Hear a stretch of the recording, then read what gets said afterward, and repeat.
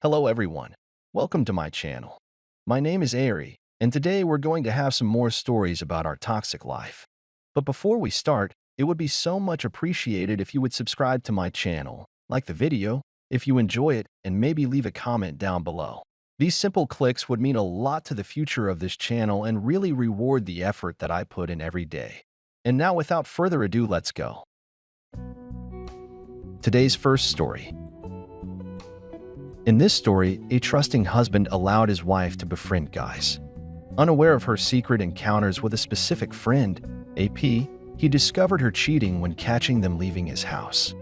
Devastated, he ended the marriage, exacerbated by his mother's sudden death. At the funeral, AP mocked him, leading to a violent confrontation.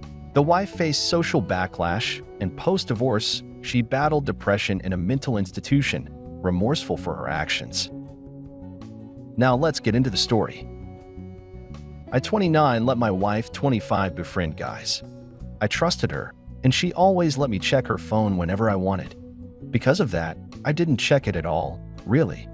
I knew she was friends with a guy we'll call AP. She never told me she was going out with him specifically. She'd just say friends. A lot of nights I'd go with her and see her interact with AP among other friends. It looked natural and guilt-free.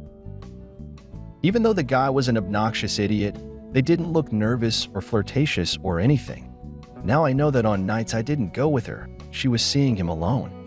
I never would have thought my nice, sweet, charismatic wife would be romantically interested in this butthole.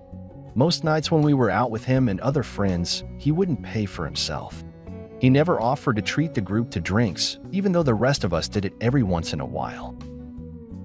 I was starting to see him as the least desirable of all my wife's friends.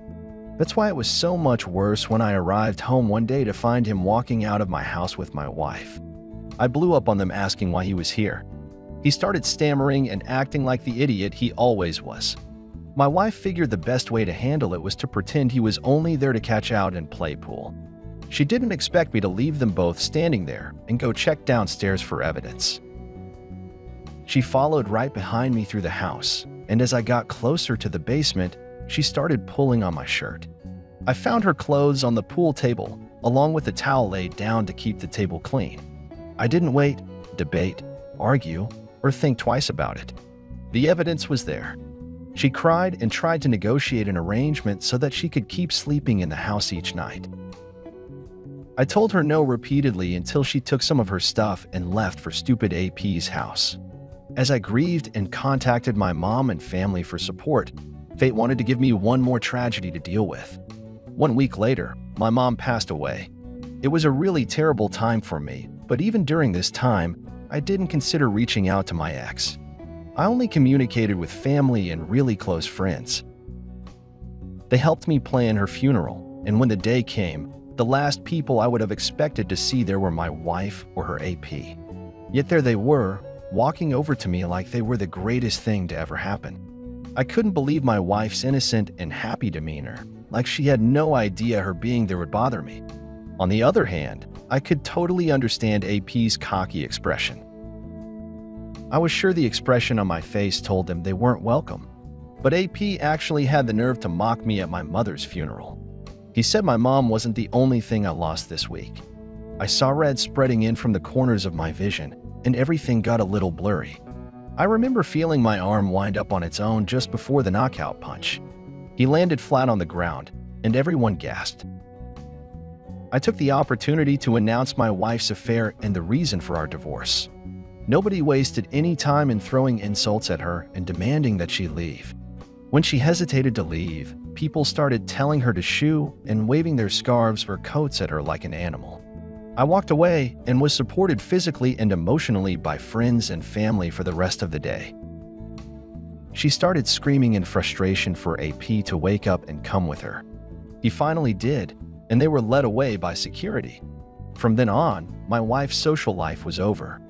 Everyone she knew thought she was gross and scandalous. Idiotic AP started believing she would cheat on him, so he left her. Maybe he got a little wiser because of all this. After the divorce was final, my ex was admitted to a mental institution to try to get a handle on her extreme depression and remorse. She felt like she didn't know who she was, and she apologized to me at least once a month. It was hard for her to forgive herself, but I just don't understand how she couldn't see it was wrong to begin with. Today's second story. In this story, a couple in their mid-20s, known for hosting parties, faced a crisis when the fiancé cheated during a night the partner was away. The partner discovered the cheating, confronted them, and decided to end the 5-year relationship. The cheating partner, left without a place to stay, faced embarrassment while moving out. The betrayed partner found solace in a new connection with their friend's sister. Despite the painful breakup, they focused on personal growth and coping with heartbreak, vowing to approach their new relationship with caution and independence. Now let's get into the story. My fiancé 24 and I 26 like to host parties at our house for all of our friends. We met at a party 3 years before we got engaged. For the most part, we had same-gender friends to avoid temptation.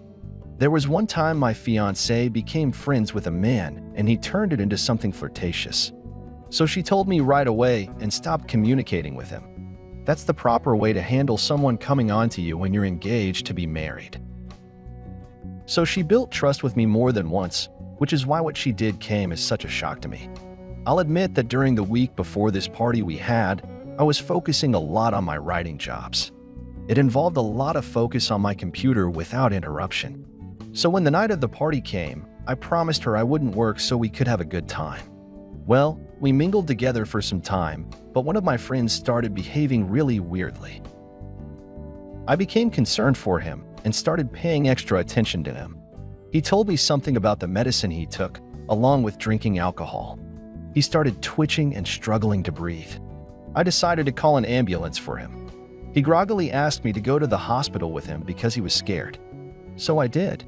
I texted my fiance's phone to let her know what was going on. I didn't get a reply. It was 3 a.m. by the time I returned home. My friend was staying in the hospital overnight. I walked upstairs half asleep and didn't find my fiancé in our bedroom.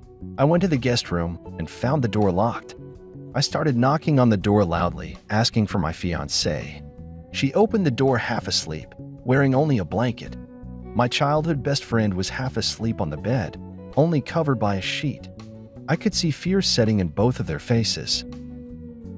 I asked her what the hell they were doing, and she started crying, saying it was my fault for leaving them alone while they drank. I couldn't believe what I was seeing. I asked if they had intimate, even though it was pretty obvious they did, and both of them tried to play dumb like they couldn't remember. I was in the middle of asking my fiancé to come with me when she suddenly bolted to the bathroom. I tried to come in, but she locked the door. She was cleaning up. I looked at the man who used to be my best friend and asked him on a real personal level if he had slept with my woman. He was instantly defeated and looked at the floor. He couldn't say anything except that he was really sorry and he drank a lot as he got dressed. He said he hoped I could forgive him someday and left my house. My fiancé came out and said we should just forget this entire night. She didn't remember what happened, so how could I hold it against her? That was her logic, but I disagreed. We drank and partied together so much in the past, so I knew the only reason she did this tonight was that she thought she could get away with it. It was the only time I wasn't around while she drank and she took advantage of it. I told her how I was seeing things and asked her to leave. She couldn't believe it. She really didn't think that one night of drinking and sleeping with my best friend would be the end of our 5-year relationship. I told her I couldn't trust her anymore, and even if she never cheated on me again, the fact that she did would chip away at my self-esteem and sanity. She begged and cried for 3 hours while she slowly packed. At some points, she was just laying on the floor, dry heaving and crying. I couldn't stand to see her like that for too long, so I went downstairs a few times to clean up the party mess. When she stopped packing for too long, I told her I was going to call her dad to come help. She was mortified. She begged me not to and started packing faster, but I asked her who she wanted me to call to arrange a place for her to stay. She just started sobbing and inaudibly told me she didn't have anywhere else to go, so I called her dad. She was even more upset when he got there and started to blame me for the breakup. She couldn't admit fault to her dad because she didn't want him to be disappointed in her. He sort of got the idea of what happened from me, but I didn't tell him anything, just that we couldn't be together anymore. She was extremely embarrassed and depressed that her father was helping her pack up her stuff from her house. With the party mess still all over the house, the reality of what she did the night before was stuck in her head, tormenting her. I could see it on her face. She knew I went to support my friend in the hospital, and she slept with my best friend during that time. You can't really recover from that. She wanted so badly to leave a lot of her stuff there, but I insisted they take it all and even started loading her dad's truck with them. He got the idea that I didn't want her to ever have a reason to come back here. The three of us got all of her stuff in the truck. Her phone was laying on the kitchen counter, and I saw a text from my best friend. It said he enjoyed what they did but couldn't forgive himself for it and thought it would be easier if they didn't see each other again. That must have been pretty devastating for her to hear on top of what was happening. But I was secretly glad she didn't have an AP to run to for comfort during the consequences of her actions. I didn't have anyone either, so it was only fair. I went to visit my friend in the hospital and he was much better. I took him home and stayed with him for a while because I didn't want to go back to my place. That's when I met his sister for the first time. She was visiting family, but usually lived in her own place and worked a respectable job. I fell for her instantly, even though it was the same day as my breakup. I developed a friendship with her for a while until I couldn't stand it anymore and asked her out.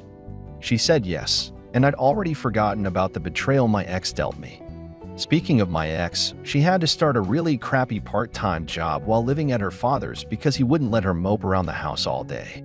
She had no idea what she was doing with her life and questioned who she even was. I'm pretty sure she needed to go through this harsh reality check in order to grow and learn from her mistake.